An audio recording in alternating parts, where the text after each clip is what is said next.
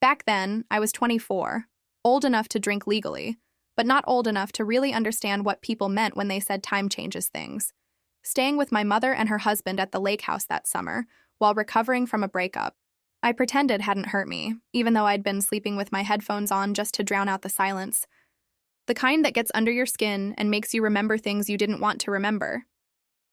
My mother left for a conference in Atlanta, something about a training weekend or maybe a district meeting. She always had these events that took her out of state, suitcases packed in 10 minutes, her perfume still hanging in the air by the time the cab pulled out. And I stayed behind with him, the man who technically wasn't my father, but had been in my life long enough that people didn't ask questions anymore. Someone who grilled too much meat, swam laps even when it rained, and whistled through his teeth while cleaning the gutters like it was a song only he knew. That night it had rained, not a storm exactly, just a steady, soft kind of rain that taps on the roof without asking permission to stay. And we'd both ended up on the porch because the air inside felt too thick, sitting at opposite ends of that old creaking swing with chipped paint and sun-bleached arms. Him with a glass of bourbon, and me with whatever light beer I'd found. In the fridge, pretending not to care that it was warm, and at some point I'd tucked my feet up and he'd said something like, "You're not a kid anymore." Not smiling, not joking, just letting the words land where they did, while my toes brushed his thigh like it was nothing, like it had always been this casual. I don't remember what we talked about after that. Or maybe we didn't talk at all, just let the quiet stretch, the way it does when two people are trying not to listen to their own thoughts. And when I finally went inside because the mosquitoes were getting bad, I noticed I'd taken his flannel shirt with me. Not on purpose, exactly. More like my fingers had made the choice before my mind caught up. And I wore it to bed that night, even though it smelled like tobacco and rain and whatever else he carried with him that didn't wash out. He saw me the next morning, standing in the kitchen barefoot, pouring coffee like I lived there. And he looked at me for one long second before saying he was heading into town for something at the hardware store. And I said I didn't need anything. And he just nodded and didn't close the door all the way when he left. Now, years later, holding that same shirt again, pretending it didn't mean anything, pretending it wasn't still folded sometimes under my sweaters. I couldn't help but feel like my mother had known all along, like she hadn't really needed to ask. Because some things you don't say out loud unless you're ready for what follows, and maybe that's why she didn't press. Maybe it wasn't for my sake, but hers. My husband was already packed by the time I came into the living room that morning, his duffel by the door, his charger wrapped tight and shoved into the side pocket the way he always did when he was focused on logistics and not on me. And he said something about the flight being earlier than he thought, that he'd text when he landed, that I should call if anything came up at the office, and I just nodded and said, "Safe trip," even though the words felt like they belonged to someone else's mouth, someone who still thought she mattered to him. He kissed my forehead, not my lips, not even my cheek, just the forehead like a child being dropped off at daycare. And then he was gone, just like that. The silence slamming back into the house before the door had even latched shut. My mother stayed only long enough to send one email from the dining room table and to refill her travel mug with the rest of the old coffee still warming on the stove. And when she left, she didn't look at me again, just tapped her nails twice on the wood and said, "Don't forget to take care of the plants this time," which was funny, considering I hadn't touched them since Christmas. But I didn't say anything, because there wasn't much point. She told me the lake house needed someone to keep an eye on things while the new flooring was delivered. And since I was working remotely and had flexibility, she figured I could use the quiet, that it might be good for my nerves. And I agreed, because saying no would have required more energy than I had that day. And besides, the lake house was familiar. And familiar things, even when they're complicated, feel easier to hold on to than the ones you haven't figured out yet. When I pulled into the gravel driveway, the place looked exactly the same. Same overgrown path, same dented mailbox, same screen door that always stuck on the bottom corner. And when I stepped out, I heard the sound of something metal scraping wood. And there he was, standing under the porch awning with a crowbar and that old work shirt with sleeves cut too short, wiping sweat off his brow with the back of his wrist like the last 7 years hadn't changed a thing. I said nothing at first, just waved a little, and opened the hatch to grab my bags, and he walked over without saying anything either, took the heavier suitcase from my hands, and his fingers brushed mine so lightly it might have been accidental. but something about the way he stepped back after made me wonder if he'd felt it too. He carried the suitcase inside like he'd done it 100 times before, like it was still natural to move through the house with that kind of quiet authority. And I followed behind him without saying much, just watching the way his shoulders moved beneath the fabric that had faded into that pale green only old clothes turn after years of sunlight and detergent. And when he set the bag down at the foot of the guest bed, my old room, still painted the same soft blue, still cluttered with things I hadn't looked at in over a decade, he stood there for a second like he might say something, but didn't. Just nodded once and left me to unpack. I opened the window first because the air inside smelled like varnish and pine, thick and unmoving, and when the breeze came through, it carried that soft dirt smell from the edge of the woods, the one I used to love as a kid before I knew what nostalgia actually felt like. And I sat on the edge of the bed and looked around at the shelves and the old mirror and the books that hadn't been touched since flip phones were still a thing. And I thought about how strange it was to return to a place that hadn't moved. Even though I had, downstairs, the sound of hammering started again, sharp and rhythmical, and I took that as my cue to make coffee even though I wasn't tired. Just restless in that way you get when your mind wants something your body isn't ready to admit out loud, and the kitchen was mostly unchanged too. Same chipped mug rack, same warped cutting board, even the drawer with the bent fork still, caught halfway. And I stood there for a while watching the machine drip, letting the scent of it pull me back into myself. Later that day, we ended up on the back deck, him sitting on the railing with a beer sweating in his hand, and me barefoot on the stairs picking at a hangnail like it mattered. And we talked about nothing important, road construction, the neighbor, who put in that ugly fence, the new hardware store that wasn't really new anymore. But in between the sentences, there were these long pauses, not uncomfortable exactly, just quiet in a way that held weight. And I realized I didn't want to break them, because sometimes silence is the only space where you can pretend something isn't happening.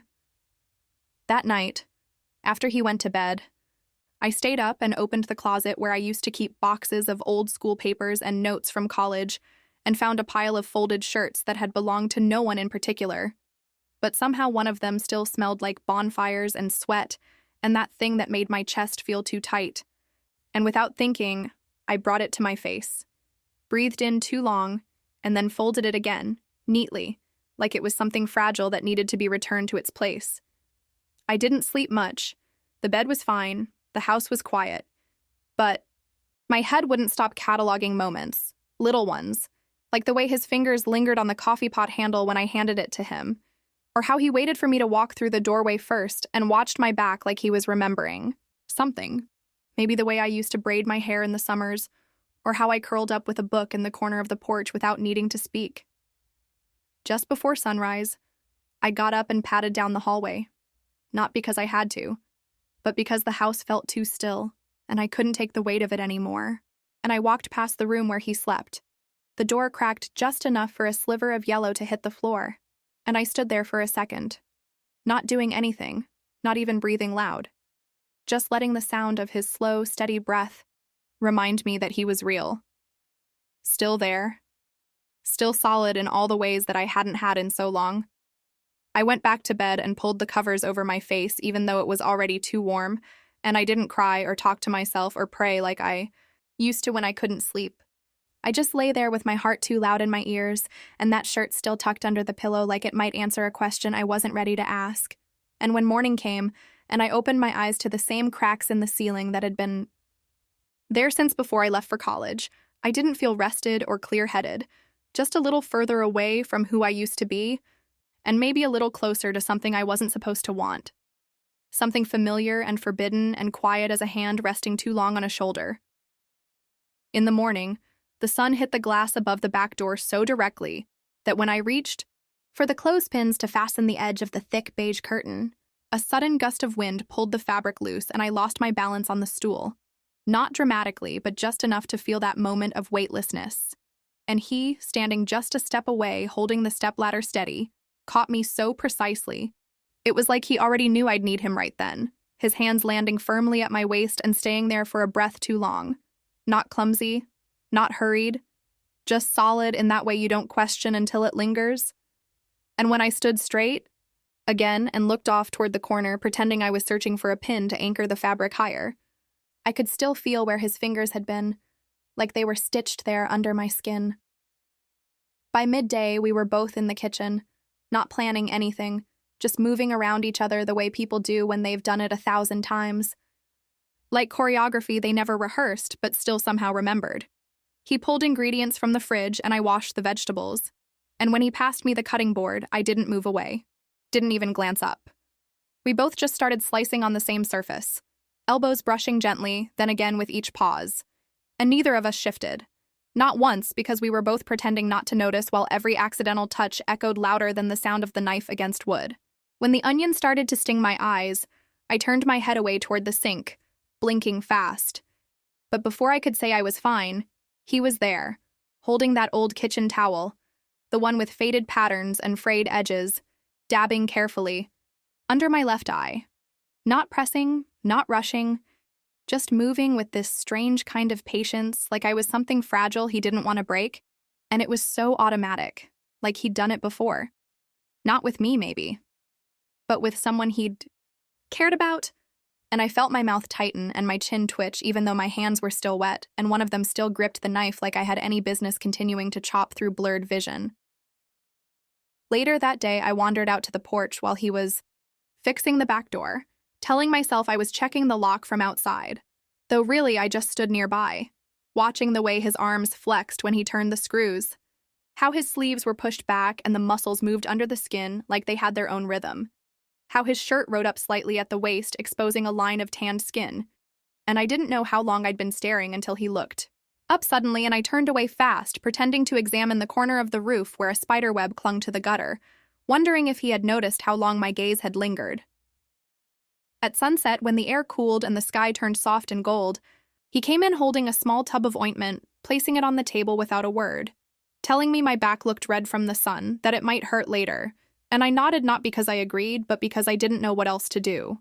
And then I felt his hands again through the thin cotton of my t-shirt, slow and light as he spread the cream along my spine, never asking if it was okay, never crossing a line, but still changing the air around us with every motion. And I stayed completely still, breathing slower than usual but not speaking, because anything I said would have sounded like permission. After that, we ended up sitting on the porch steps, both facing out toward the trees, the air thick with silence, and he said he could sleep in the shed if that would make me more comfortable.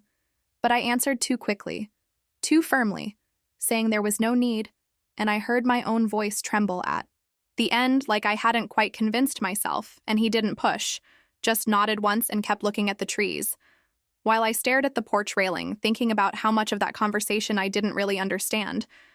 That night I couldn't sleep, not because of noise or light or anything concrete, but because I could hear him moving barefoot in the kitchen, the soft scrape of the bench under his weight, the clink of the glass under the tap, the fridge door, resisting a little before it gave way. And each of those sounds was too close, too detailed, like they were happening right beside me. And I realized I wasn't just awake. I was waiting. Not for anything specific, not for footsteps or words, just for the moment I could admit that I was waiting at all. Just before sunrise, I gave up on pretending I was asleep and got out of bed without turning on the light, letting my bare feet find their way down the hallway the way they used to when I was younger, and still remembered where every board creaked.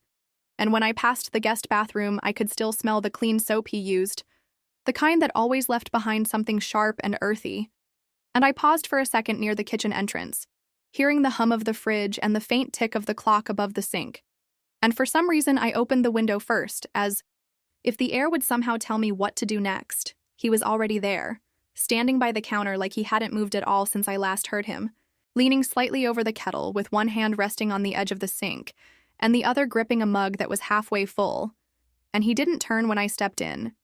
Didn't say anything either, just reached across the stove without looking, and poured me a second cup like he knew I was coming, like this moment had already played out in his mind before I even decided to get out of bed. He handed it to me without brushing fingers this time, not because he didn't want to, but because he was too careful now, and I knew it. And maybe that's why I didn't take the cup right away. Maybe that's why I let my hand rest against his for just a second longer than needed, letting the warmth of the ceramic pass from him to me through that one point of contact, and I felt it in my palm, not just the heat from the mug, but from him, from everything he wasn't saying, from the air between us that kept tightening like a thread pulled taut. We stood there for a while without facing each other, both of us sipping slowly and looking in different directions, like we were afraid that if we looked at the same thing at the same time, the room would shift into something we couldn't pull back from. And when he finally did glance at me, I felt my stomach drop in that quiet, slow-motion way that only happens when you realize a boundary's already been crossed, and you never noticed when. He didn't reach for me, didn't speak, didn't move closer, and yet I could feel him as if he had. Like the memory of his hands from yesterday was still alive in the space between us, and I knew then that things were going to happen not because we wanted them to, but because we'd stopped trying to prevent them. And sometimes that's all it takes.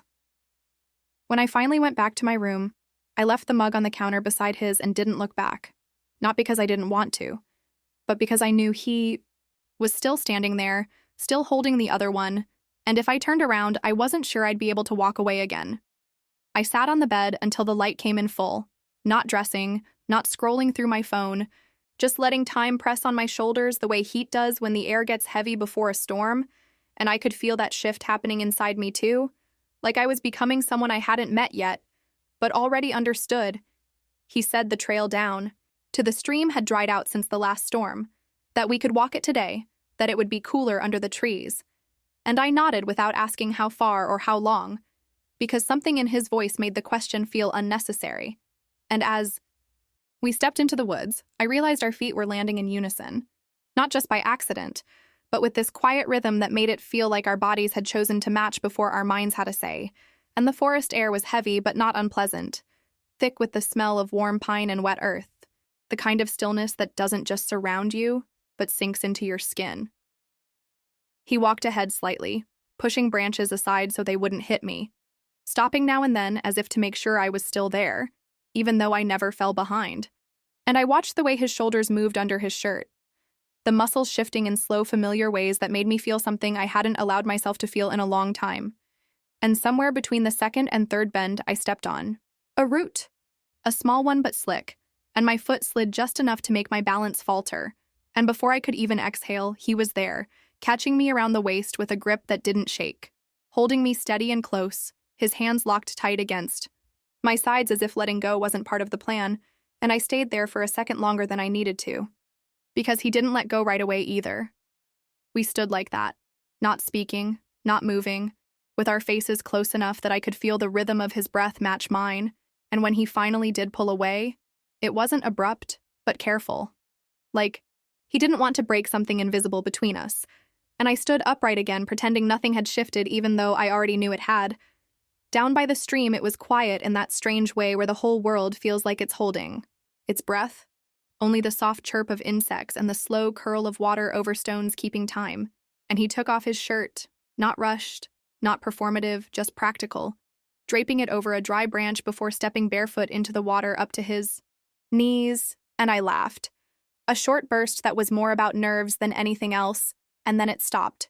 Because when he turned to look at me, there was something in his eyes that wasn't teasing or light, just this long, steady gaze that landed, right where I couldn't deflect it, and I didn't move, didn't smile, didn't look away.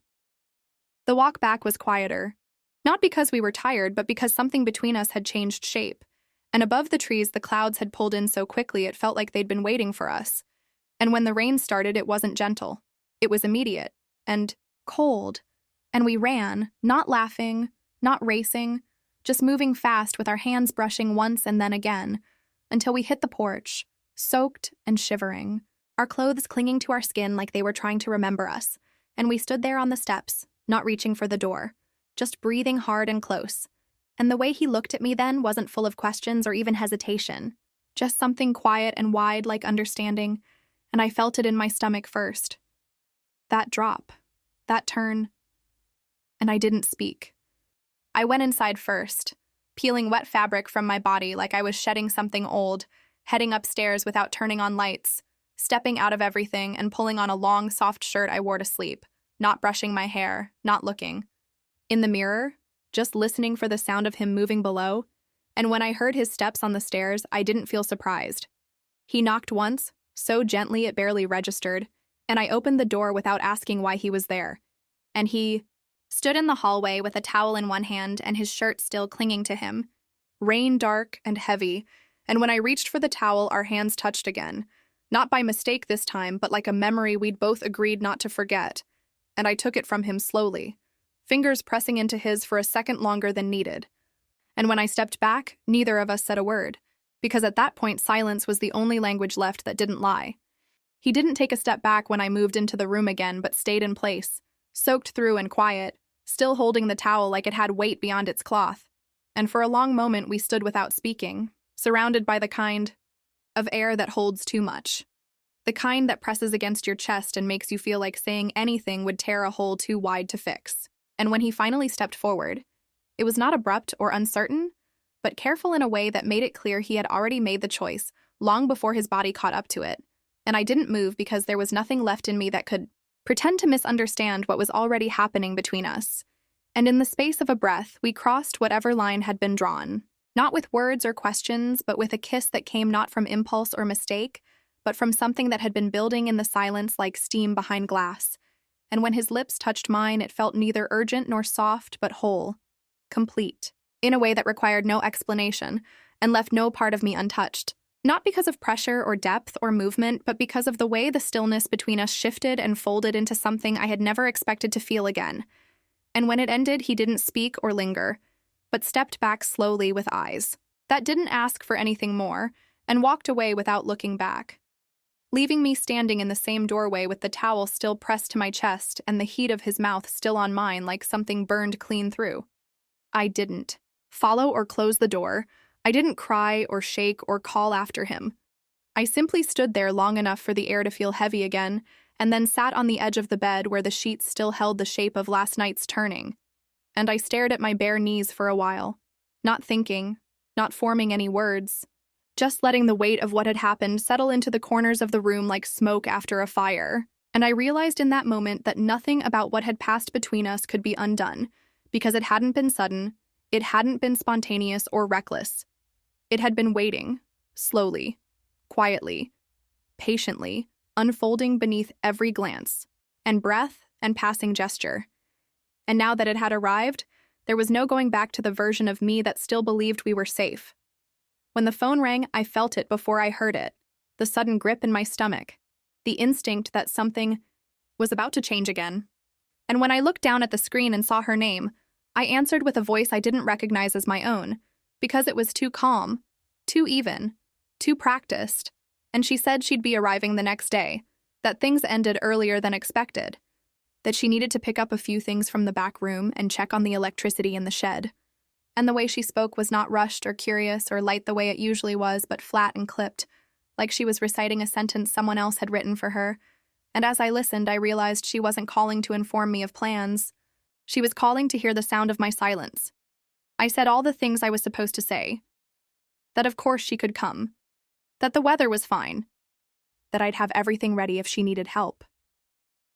But none of it mattered because beneath every syllable I could hear the way she was holding her breath, the way she was measuring the noise in the background, the way her pause stretched, just long enough before ending the call without saying goodbye.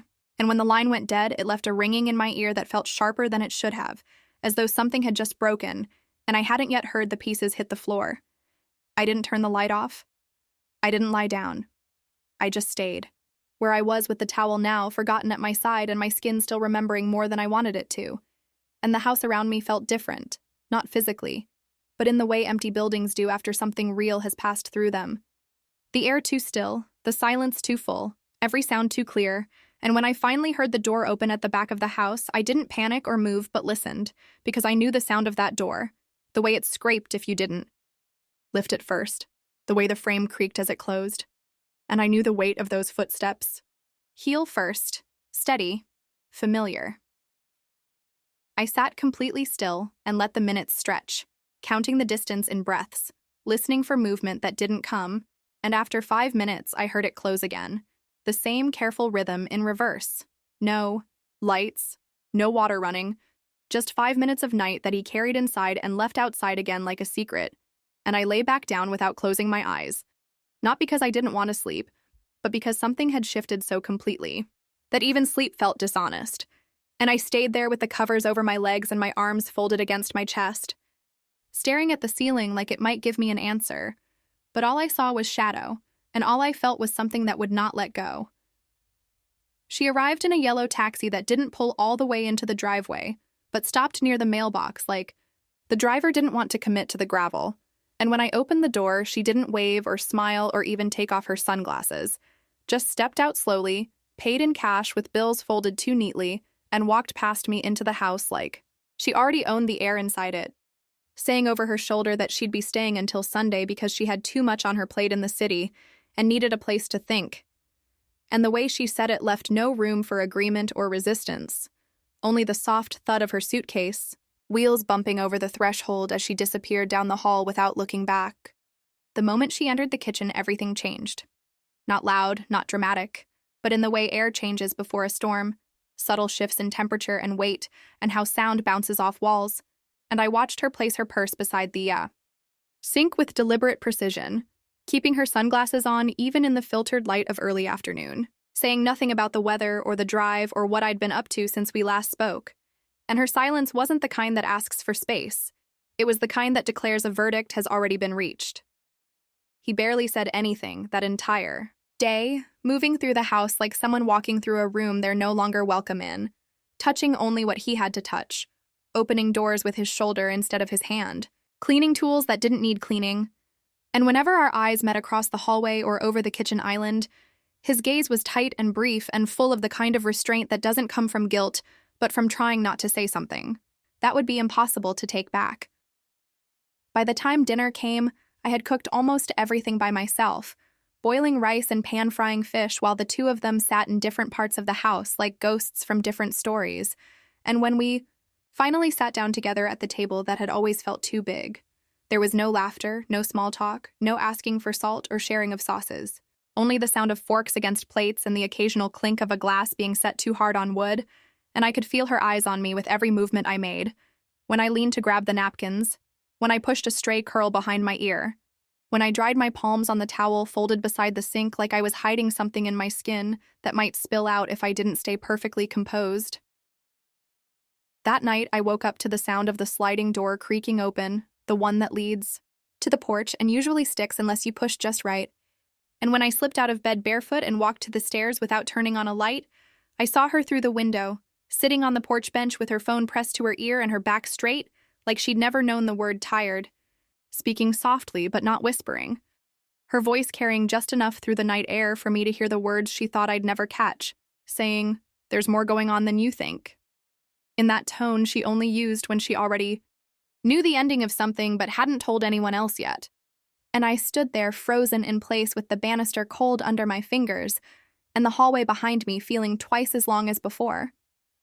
The next morning he didn't eat, didn't even sit at the table, just came into the kitchen long enough to run water into a glass and stare out the window like he expected it to show him a different version of his own life. And when I placed a cup of tea near his elbow the way I had done 100 times before, he didn't touch it, didn't even glance at it, just kept looking through the glass like he could already see everything falling apart. And when his eyes finally landed on mine, it wasn't with anger or blame or even disappointment. It was something closer to a silent plea, like he was asking me without words to leave before something inside either of us shattered completely. She found me in the garden later, standing near the tomato beds with a small bucket of weeds in one hand and dirt under my fingernails, and she walked toward me slowly, holding a broken stem from one of the wild rose bushes in her fingers, turning it slightly as if studying its weakness, and she said without lifting her gaze that anything growing out of season needs to be cut before it ruins what's supposed to come next. And even though her voice was calm and her words were vague, the message in them hit hard enough to make my knees want to lock, and I nodded like I agreed even though I didn't know what part of me she was cutting. That evening she suggested we play a board game, one of the old ones from the hall closet that still smelled like cardboard and dust, and late summers from another decade, and we sat in the living room under the soft hum of the fan, pretending nothing was broken, moving pieces across a map of imaginary cities while smiling too tightly and laughing in short bursts that never reached our eyes. And at one point she said I'd been acting strange lately, said it like a joke, but watched me too closely for it to be anything but a test.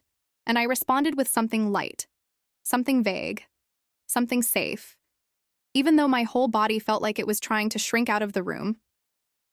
That night, I couldn't sleep again and wandered to the kitchen for water. And when I passed the window that overlooked the backyard, I saw him standing near the fence, not smoking, not moving, just standing with his arms crossed like he was trying to keep himself from stepping toward the wrong direction. And when I turned to leave, I caught his reflection in the glass, and he wasn't looking at the trees or the stars or even the porch lights. He was looking at the second floor of the house, straight at the window of her bedroom. And he didn't blink or turn away, just kept staring as if whatever he saw there was the only thing left. He still understood. I stood in the hallway, longer than I should have after catching his reflection in the window, trying to decide whether I should go back upstairs or stay where I was until the air in the house shifted back into something I could carry without it pressing on my chest. But the truth was that nothing felt like mine anymore. Not the hallway. Not the kitchen tiles under my feet. Not even the bed I had just stepped out of. Because something between the three of us had cracked open quietly like a branch under snow, and now every room in the house sounded like it was breathing through that break. Softer but sharper at the same time. I filled a glass with water. I didn't want and leaned against the counter, pretending the cold rim against my palm was grounding me.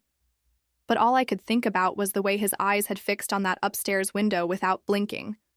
Like he wasn't afraid of being caught because part of him wanted to be. Like he needed her to know just how far things had already gone without ever touching the ground.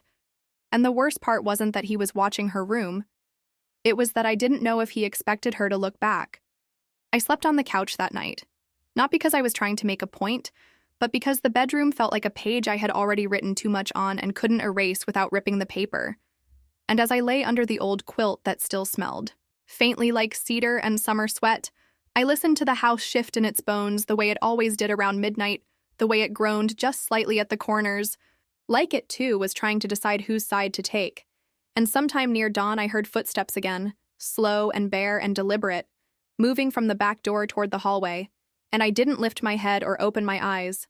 I just stayed still and breathed slow, counting each step until they faded into a room that wasn't mine. In the morning, she made coffee before I could get to the kitchen, moving quietly but not hiding it, placing 2 mugs on the table with the precision of someone laying down evidence and not saying a word when I sat across from her in silence. And I noticed that he didn't come in at all, not to eat or check in or pretend. And I wondered if he was waiting for her to leave or for me to say something first. And the longer we sat like that, the more I realized we were all trying to outweight each other like poker players who'd stopped betting but refused to fold. She finally broke the silence by asking if the shed light had been fixed, which it hadn't.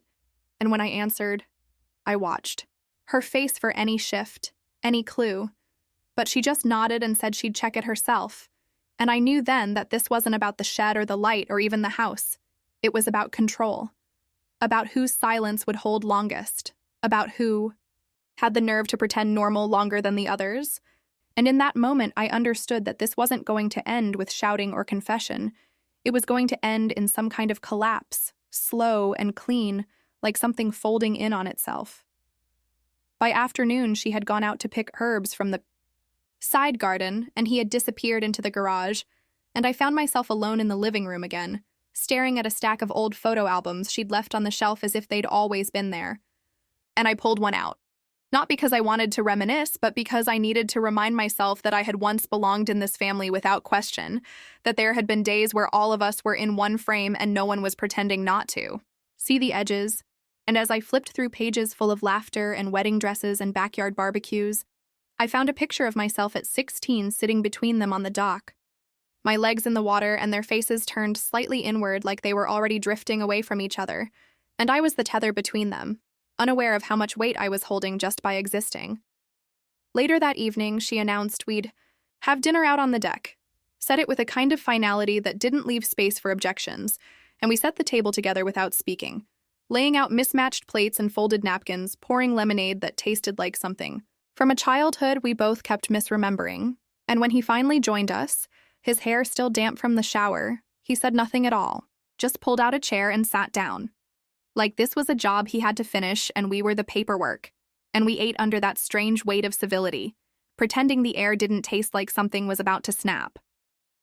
After dinner, she lit a citronella candle and brought out a deck of cards, dealt them with steady hands and the kind of quiet control that felt rehearsed, And we played a few rounds of something old and familiar, letting the small talk dribble between us like cold coffee, and when she looked at me and said I seemed different lately, her voice dipped just slightly, not with concern, but with warning. And I smiled the way people do when they've been accused of something they can't deny without making it worse, and told her I was just tired, and she nodded like that was enough, though we both knew it wasn't. That night I lay in bed with the door half closed and listened again to the house stretch and breathe and whisper through the floorboards. And when I got up for water near 3, I didn't mean to stop at the hallway window, but I did. And when I looked out, I saw her standing in the yard near the flower bed, barefoot and still, her arms crossed tight against her chest, her face turned up toward the dark windows of the second floor where his room was. And I didn't know how long she'd been standing there, but something about the way she held herself told me that whatever she hadn't said yet, she would, and that when she did, it wouldn't come with screaming or demands, but with that same devastating stillness she'd always used when she really meant to break something. She said she needed to run into town for groceries, her voice steady and stripped of detail, listing a few things like lemons and olive oil and sponges in a tone that didn't match the content. And when the front door clicked shut behind her and the sound of tires faded down the driveway, the silence that settled over the house wasn't light or empty, but dense and shaped. Like the walls still carried her breath even though she was gone. And though neither of us said it, we both knew she wasn't truly absent, not in the way that leaves a space to breathe, because the feeling that she was still watching us somehow, through the windows or through what she already suspected, wrapped around the air like plastic pulled tight over something bruised. We moved through the house like people who didn't want to be caught making noise. He in the hallway with wires and switches, I in the kitchen with water and a rag, and the rhythm of our steps began to align without intention, each of us pausing. When the other did, each movement echoing off tile and drywall like we had rehearsed it, and there was no music or clock ticking, no television in the background or phones buzzing, just the subtle friction of being too aware of someone else's presence when you've already crossed one line and are standing one breath away from another. It wasn't a conversation that led to the touch, not a look or even a word. It was just the way I passed the plate to him during lunch, how his fingers met mine and didn't fall away, how his hand stayed long enough for me to forget how it felt when things used to end before they began, and when he reached across the bench and laid his palm gently on my knee, not possessively or urgently, but with the kind of weight that says, I see you and I won't let go until you ask me to. I didn't move, I didn't shift or pull away. I just let the heat of it spread like something that had always belonged there and had only now remembered its way back. Later, I went to take a shower, not because I needed one, but because my body felt too loud under my skin. And I slipped into the bathroom with nothing but a thin robe and bare feet, steam curling already in the air before the water ran. And when I stepped out with my hair wet and sticking to my neck, towel in hand, I opened the door and found him, there in the hallway, not moving, just standing with another towel draped over his shoulder. Like he hadn't expected to see me, but also hadn't tried to avoid it. And we stared at each other in that small space between the door and the wall, both of us holding something unspoken in our arms like a box too fragile to set down. I didn't speak, and neither did he. But I stepped closer first, and when my fingers reached up to touch the side of his face, it was instinct more than choice. And when his hands found my waist and held there, low but not intrusive, steady but not demanding, it felt like an answer to every question I hadn't had the courage to ask. And when he kissed me, it wasn't soft or slow or careful. It was immediate and deep and wide like something broken open. And I kissed him back with the kind of pressure that only comes when you already know it's too late to stop.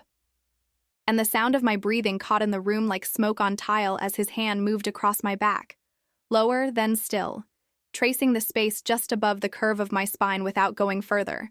But it was enough to undo me completely. His hand stayed on my back just long enough for me to forget how long it had been there, and the heat of his palm through the thin fabric of the robe felt like something older than the two of us, something that had waited in silence across the years, and now came back not for permission but for closure. And the way our bodies tilted toward each other without thinking, without planning, told me that this wasn't just weakness or loneliness, or the gravity of a shared roof. It was a pull neither of us had learned how to resist, because when a door stays unlocked for too long, something always finds its way in. The kiss deepened in a way that made time bend, made walls disappear, made every sound in the house vanish under the weight of what we were no longer pretending not to want. And my hands moved to his neck, then his chest, not to stop him, but to feel the shape of the moment, to memorize the way tension can soften, when the truth finally stops hiding, and when he leaned his forehead to mine and let out a breath that sounded like surrender. I knew we weren't going to speak after this. Not immediately, not with words, because what we had just done said everything in a language we hadn't used since before we knew what language could break. But we didn't hear the door open. We didn't hear the engine stop or the gravel shift or the key enter the lock, because sometimes what breaks a moment isn't noise, but the way silence changes shape. And when we heard the door click and her steps cross the threshold, it wasn't panic I felt, but a kind of cold that spreads out from the center. Not from shame or regret, but from the terrifying awareness that nothing can ever be unseen once it's truly seen. And I pulled away without breathing, without thinking, only turning my head to where the front room opened into the hallway. And there she stood with the grocery bag still in one arm and her keys hanging loose from the other hand like they might fall at any second, but didn't. She didn't blink, didn't flinch, didn't scream, and the look in her eyes wasn't confusion or shock or rage, but something quieter and far more dangerous. Something that understood too much too quickly, and she said it without lifting her voice, without stepping forward or even setting the bag down, just stood there in the open doorway and said, "This will be your cross now."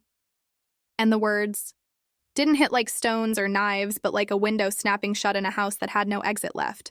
She didn't wait for a reply.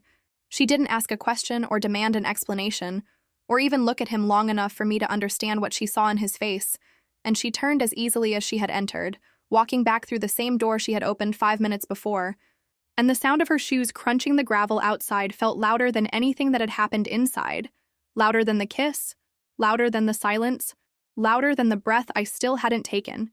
By the time I reached the front window, the taxi was already there. Not the same one from before, but just as yellow, just as impersonal, and she moved with the kind of composure that belongs to women who never allow themselves to cry while packing. And through the glass, I saw her set the grocery bag on the porch like a delivery no one had signed for, and then she opened the trunk herself, placed her suitcase inside without help, climbed in, and closed the door with a smoothness that made the scene look practiced. Like this wasn't the first time she had walked away from a house knowing too much. The car pulled out onto the road without hesitation, turning past the gate and disappearing into the line of trees like it had never been there. And the absence she left behind was not soft or hollow, but sharp and humming, like a wire cut too, close to the core, and I stood there unable to move, still in the robe, still wet from the shower, still trying to hold the heat of his hands in my spine while the cold of her final words settled into the floor beneath my feet.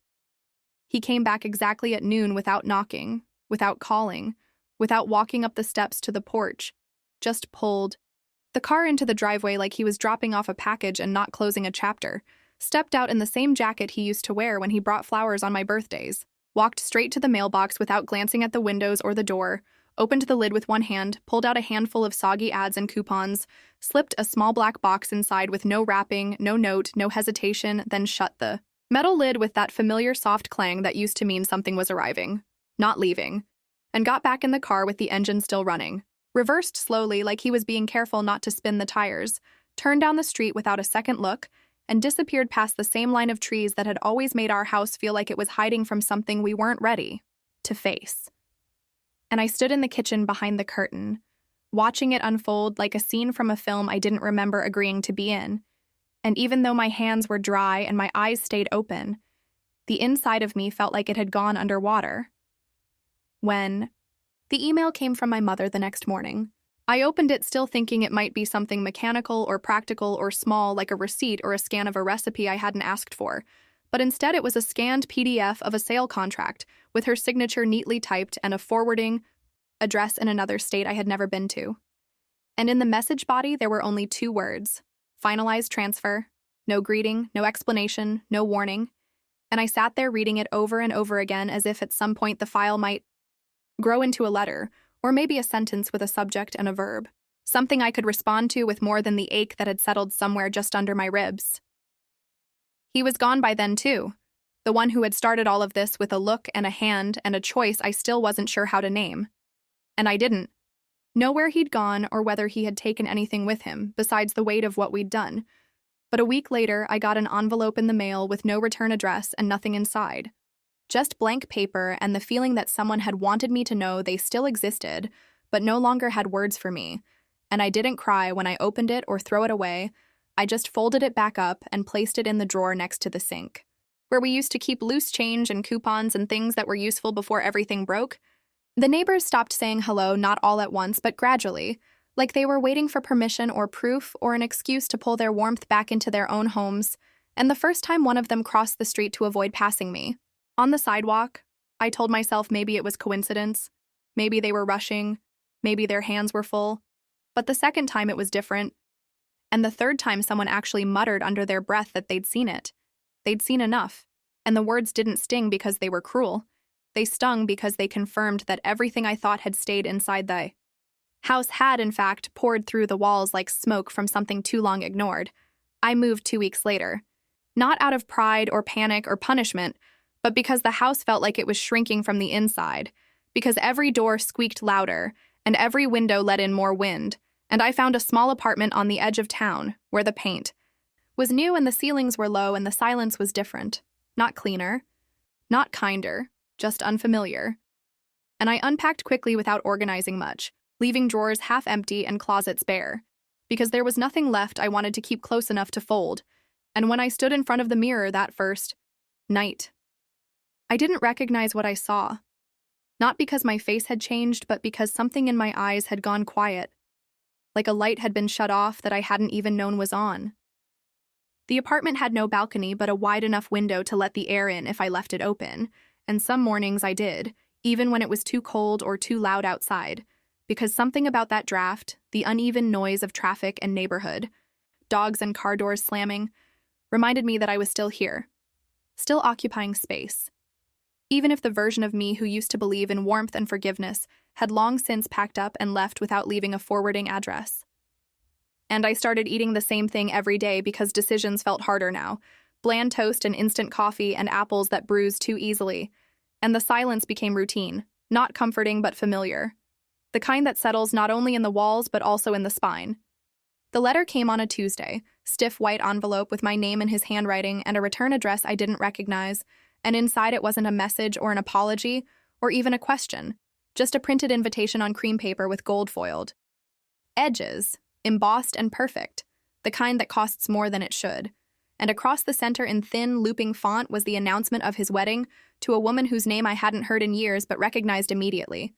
The neighbor, the one who used to borrow flour and compliment my garden, the one whose kids played in our driveway and brought back my casserole dish still warm. And I stared at the date and the location and the RSVP instructions printed so politely at the bottom, like this was normal, like it made sense to send that kind of thing to the person you left with nothing but an empty mailbox and a closed car door. I didn't go, of course, didn't reply, didn't even rip it up. I just folded it slowly and placed it in the drawer where the old utilities receipts went, the ones I still hadn't sorted since moving in. And for some reason, I felt nothing. No betrayal, no shock. Just the flat quietness that comes when a puzzle piece clicks in exactly where you already knew it would fit. And that night, I lay awake for hours not thinking about him. Not thinking about her. Just listening to the way the wind moved through. The cracks in the window frame like it was trying to say something I no longer needed to understand. The shirt appeared when I was looking for an extension cord, shoved in the back of a drawer I hadn't opened since the day I unpacked. And I knew it immediately, not by sight, but by feel. The fabric too soft in a way no detergent could replicate. The collar slightly stretched. The faded thread on the cuff where I used to play with the seam between my fingers when I thought no one was watching, and I pulled it out without hesitation. Didn't smell it, didn't hold it close, just walked to the window and hung it on. The metal rail outside like it was laundry, like it was nothing, like it could dry and fly off and land wherever it wanted, because I wasn't going to touch it again. I didn't close the window that night. I left it open as the wind picked up. Let the sounds of traffic and laughter and weather push into the room like strangers asking for space. And I sat in the corner, with my knees pulled up, wrapped in a blanket that didn't smell like home because nothing did anymore, and I stared at the shirt as it moved gently in the breeze, barely shifting, like it too didn't know whether to stay or go. And when morning came and the light stretched across the floor in long, tired lines, I didn't get up to check if it was still there. I just watched. Because there's a difference between being alone and being left, between silence that soothes and silence that accuses. And as the day warmed and the outside world began its usual rhythm, I sat still, feeling nothing and everything at once, knowing that the shirt would either fall or stay, that the wind would either carry it or forget it, and that whatever came next would be quiet, not because I had healed or forgiven or moved on, but because there was no one left to ask why it hurt. And in that silence, in that narrow room with its white walls and blank mirror and crooked blinds, I finally understood what people mean when they say time doesn't fix anything. It just moves forward without asking if you're coming with it. And I stayed seated by the window until the light changed, until the shadows grew longer, until the sound of summer filled the room again. But inside me, nothing changed at all.